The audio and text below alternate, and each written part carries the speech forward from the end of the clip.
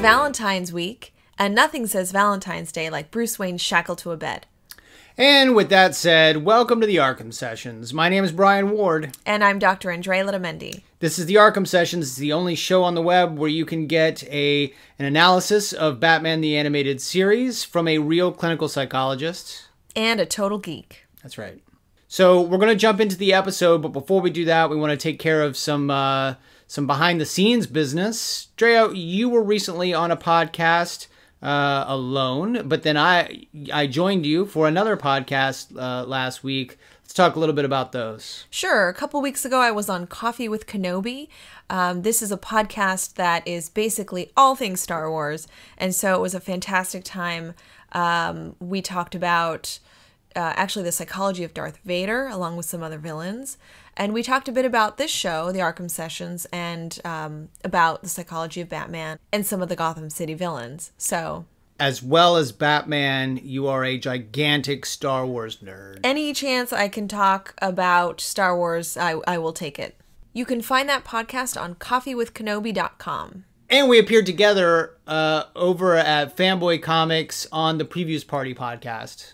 That's right. We joined Jason, Scott, and Christine to talk about the Previews magazine, which is basically this catalog. Yeah, it's a catalog of all the comics, all the graphic novels, and collectibles that come out every month.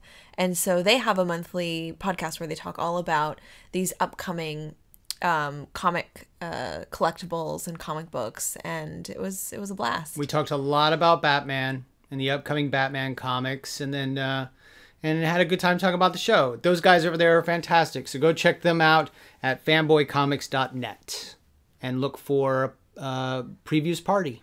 So let's jump right into it. Episode 8, The Forgotten. This one aired October 8th, 1992. It was actually the 23rd in the air date order. It's number 8 in the production order, and we've been going in the production order. It was written by Richard Mueller, Jules Dennis, and Sean Catherine Derrick, and it was directed by Boyd Kirkland. This is the one where we get to meet Boss Biggest, a one-off villain for this episode. It's the Cool Hand Luke of Batman the Animated Series. I don't know what that means, but I do know that this happens to be another really fantastic episode that does go into the psychology of memory loss.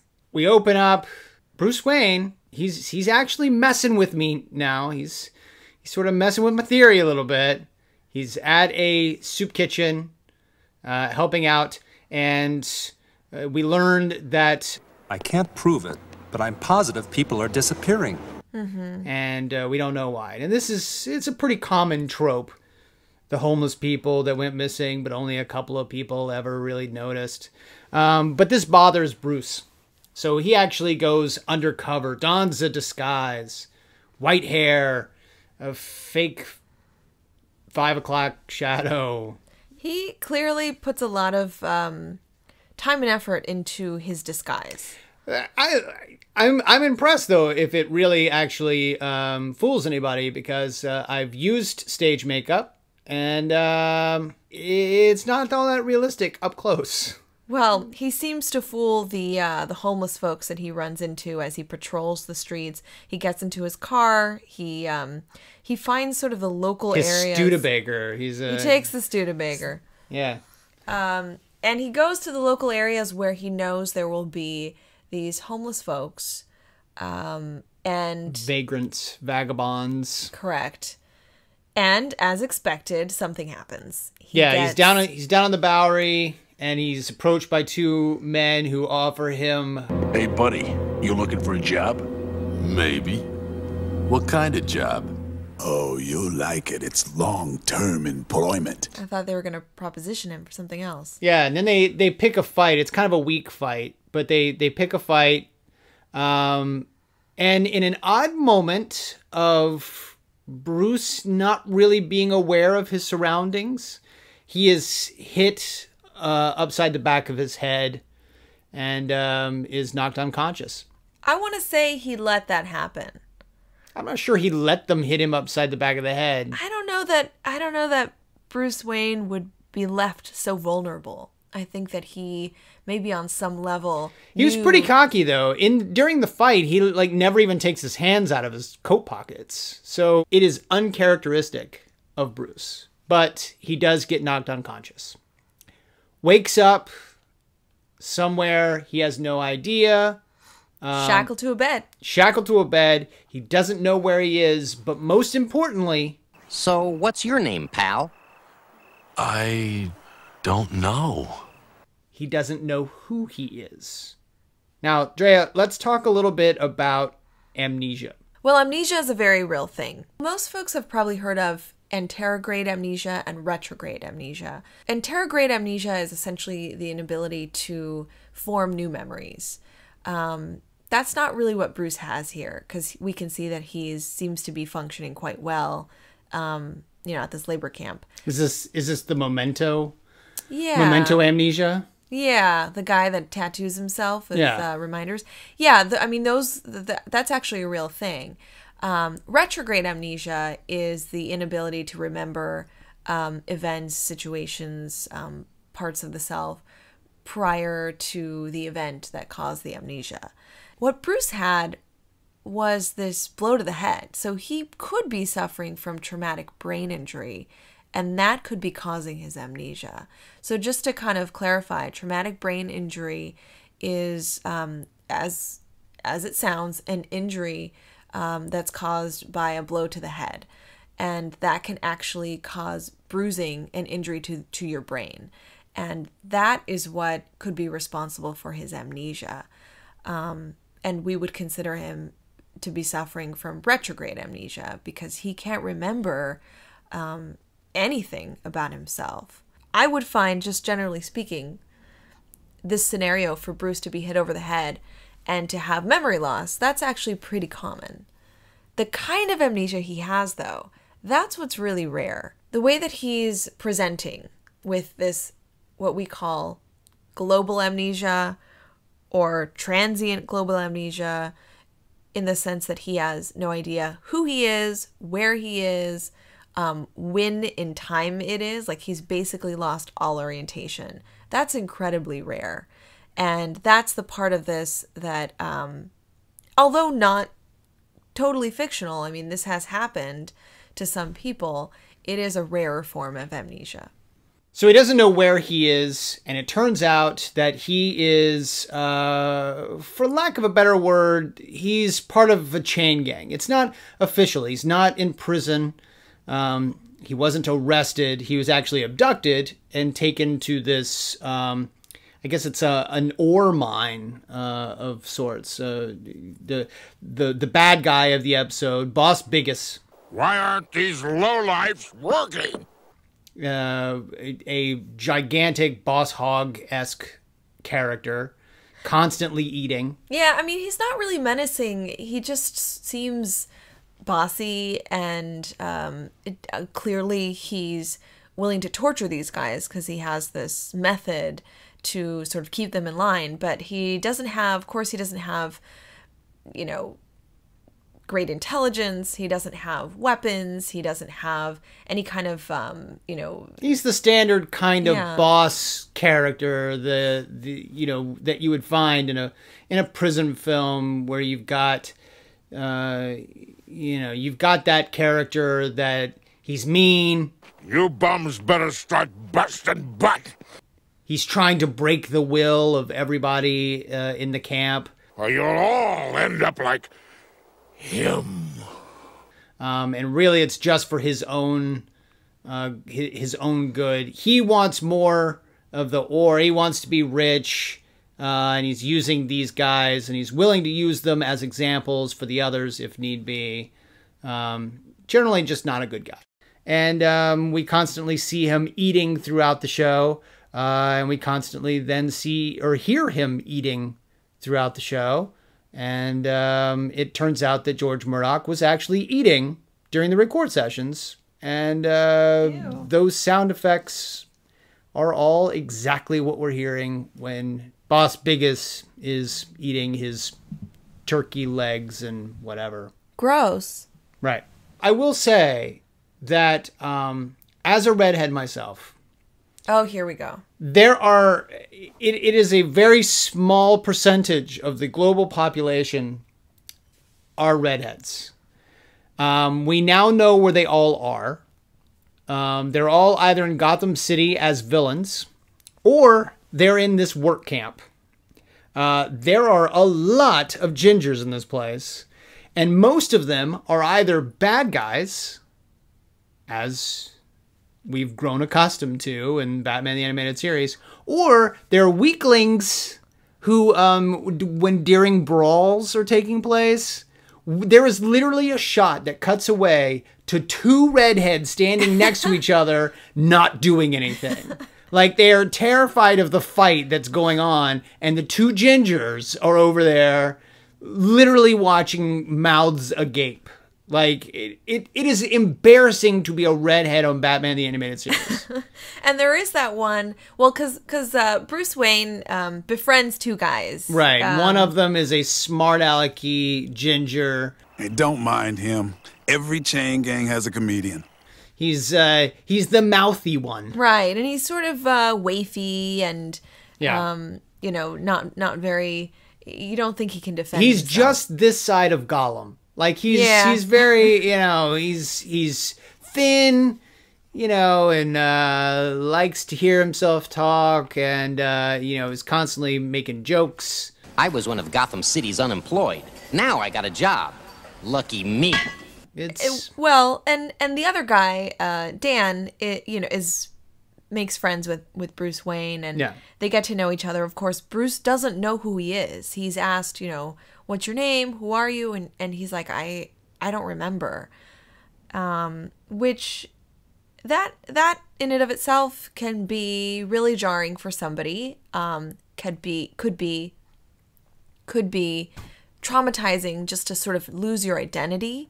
And so when he realizes that, there's this moment of confusion, and I think that he's pretty resilient, because he, over the period of how long do you think they're in this camp? I mean, they're there for at least a couple of days. He is, yeah. I mean, they've been there longer. Yeah, but he's there for less than a week. Oh, yeah. This takes place over just a couple of days. Maybe Alfred 3 days. notices that he's gone.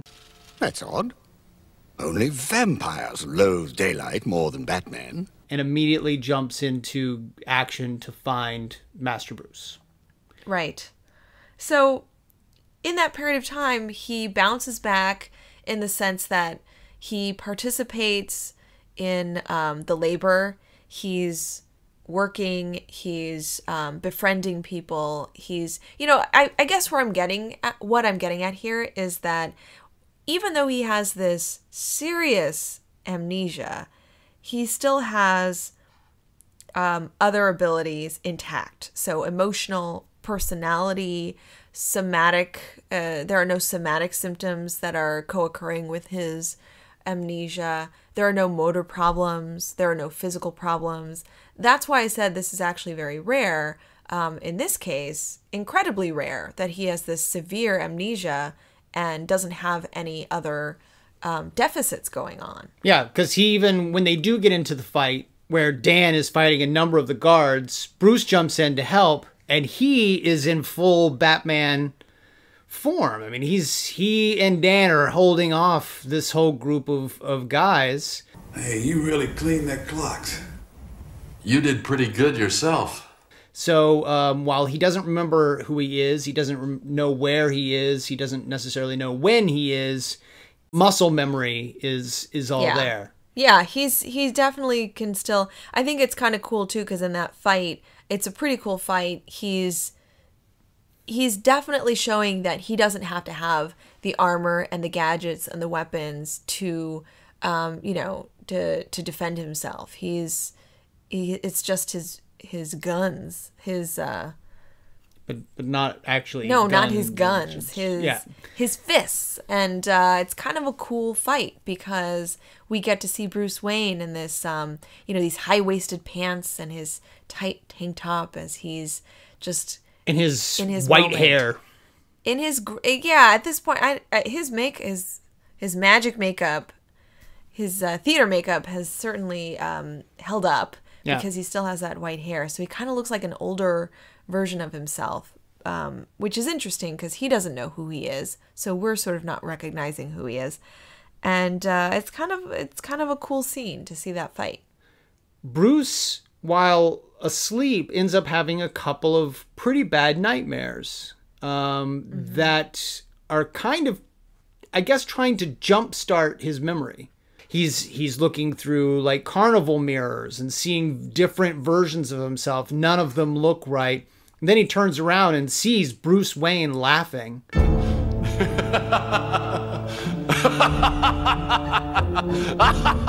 And he walks over to the mirror to look at Bruce Wayne, and suddenly the Joker's hands come crashing through the mirror and grab Bruce and pull him through, and they go falling together down toward the city of Gotham, and that's when Bruce wakes up. I mean, he is learning who he is through these nightmares.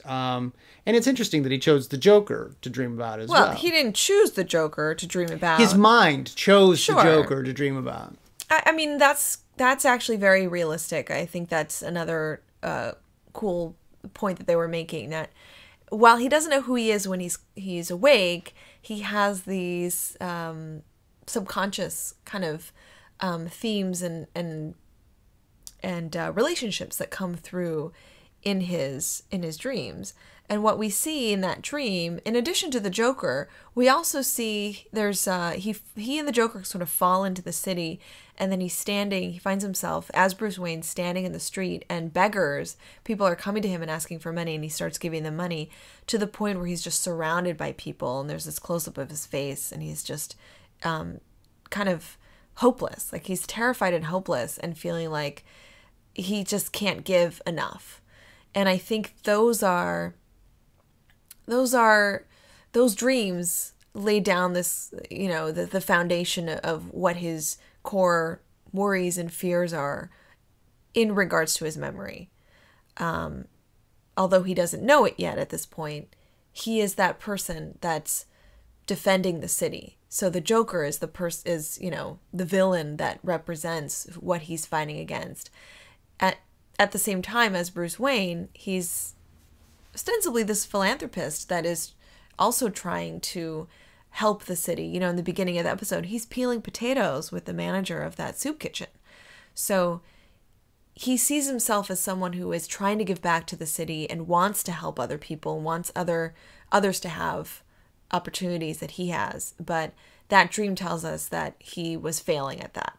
In the second dream, Bruce actually sees an image of himself as Batman, and then it dissolves into Bruce, and we know that Bruce now knows exactly who he is. They're in the boxes, in the hot boxes. Right. Well, this as punishment, Boss Biggest puts these guys into these very small metal boxes and locks them in there out in the sun. And it's which we've seen in a lot of prison movies. They put them in the box. Well, it's solitary confinement. Right. Except in this case, it's out in the sun, and there's almost this idea that if you're in that box too long, you could die of what? Of heat stroke, dehydration, whatnot. Yeah. So they're in. He and his buddy Dan are both being hotboxed, and I think it's Dan that says, tell me about your family, or something about his family. And the word family triggers Bruce to remember. He suddenly can recall his parents and who he is and what his mission is. And it all comes back to him. And although it's a bit unrealistic for all those memories to happen at once, typically with different types of amnesia, of course, depending on the type, memories actually come back gradually. They don't all of a sudden come all at once. They happen gradually. And interestingly, for some treatments for people who have amnesia, one of the recommendations for family members is to show them things that are familiar to them. For example, show them photographs of their family members, show them photographs of themselves, show them their favorite things, their favorite clothing, foods, try to trigger those memories. And you do it by gradually introducing them to different things that they were familiar with, usually in their home. And so, you remember regarding Henry? Yes. Ritz. What? Ritz. Was that the thing that helped him remember? Yes. Well, I can't remember. I can't remember that movie, but you're about to bring up regarding Henry, but you don't remember Ritz. But what I do remember about that movie is that what the family needed to do was introduce Harrison Ford, or at least his character, Henry. What the family had to do was introduce him to things that could trigger his memory, things that he was familiar with. So it was, although it's unrealistic that all of Bruce Wayne's memories come back all at once, it is true that usually something, a word or Ritz crackers can help you remember. So how long do you think he was out for? Because we don't really have a good sense of that. A couple hours. Yeah, and I ask because the amount of time that you might have lost consciousness has a huge impact on the kind of amnesia you might have, as well as how you're going to recover from it, and whether the effects are going to be permanent or temporary. Really? Yeah, so let's just say he was out for a couple of hours. He would be more likely to have some kind of amnesia. But frankly, as I said before, he would also have a slew of other symptoms following this head injury, following this traumatic brain injury. That could include, in addition to memory problems, cognitive problems, personality issues, somatic, physical issues, as well as motor issues, or a bunch of other things that we're not seeing him experience. So again, this is kind of a fictional version of retrograde amnesia and total what we call global amnesia, because he doesn't remember a single thing. But he is forming new memories. He is able to lay down new memories. So he does seem to have some, memory functions intact. So one thing that if you follow us on Twitter at ARKHAM Sessions, or if you follow us on Facebook, we asked fans to submit their own questions about the show, to watch the show in advance, submit their own questions for Drea, and we got one. We got a couple of them, actually. So Jason wrote in with a couple of good questions. We talked about a couple of them already, but he's got one here. In this episode, we see a much more caring Bruce Wayne trying to help the poor and disenfranchised. Does this poke any holes in Brian's theory about Bruce's Batman? About Bruce and Batman. Yeah, it does, because as we talked about, he's clearly wanting to help this community. So just to set the record straight, if you've listened to previous episodes, Jason is asking about an ongoing joke that you and I have had, where I believe that Bruce Wayne suffers from antisocial personality disorder, and you say that he does not.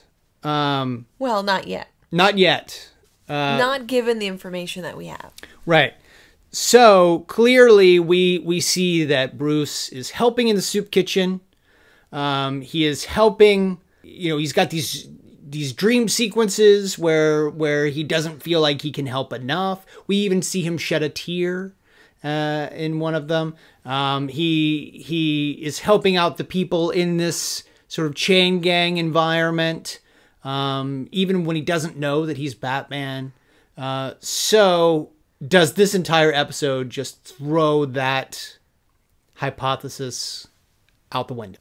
Well, Jason's right. We see that there is this this humanity that he's showing us just, from the very beginning, that he's contributing and participating in giving back to the community by helping at the soup kitchen.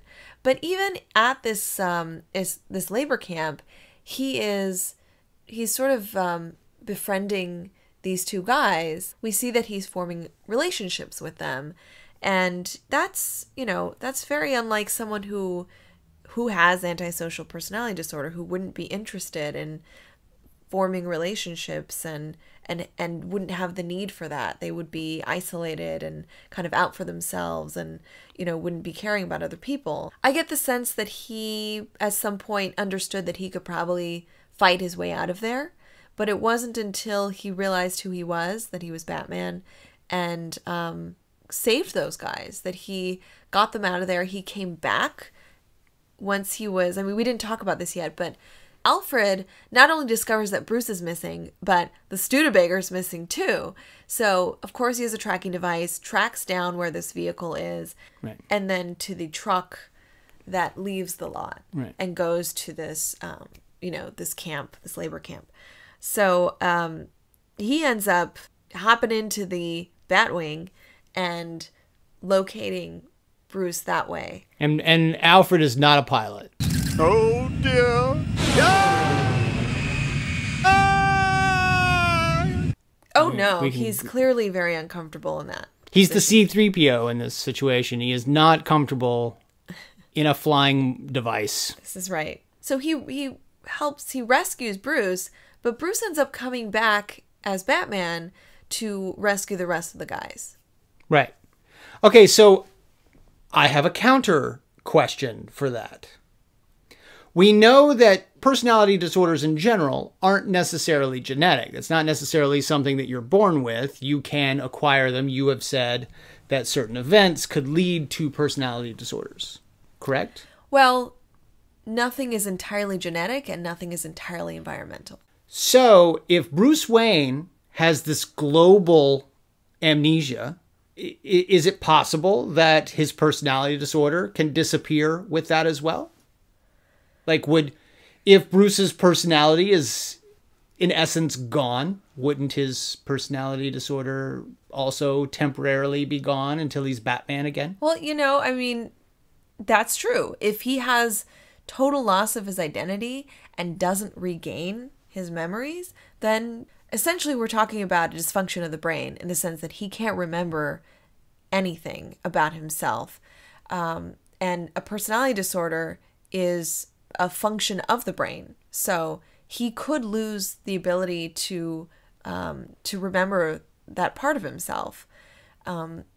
However, as we see, he regains all of his memories. Right. And for most memory disorders, people actually do regain a good part of their memories. It's gradual, but people do a lot of times regain their memories. So based on those cases where people regain their memories and they're not that different than the people they were before the traumatic event or the traumatic brain injury, then, you know, I would say he would probably still have that personality disorder if he had it in the first place. Because I will say that once he regains his memory and his personality as Batman, he comes back, he rescues them, yes, but that's what Batman does. He then identifies himself as Bruce Wayne, billionaire, to these people in Gotham, sort of offers them a job, and then, as if to slap them in the face a little bit, hops into his limousine driven by his chauffeur, you know, and is like, see you guys later. So he's made friends when he doesn't know who he is, when he doesn't have his past traumas, when he doesn't have his mission, when he doesn't remember his parents having died. But then after he remembers, he offers to be their boss. Yeah, he's kind of like, see you later. Yeah, and I'm going to jump into my nice car now. You know, so maybe this episode doesn't completely sink the hypothesis. We will find out in the coming episodes. We'll let it keep going. Hit me, Riley. Hit you? Why? Maybe I'll lose my memory and wake up a millionaire too.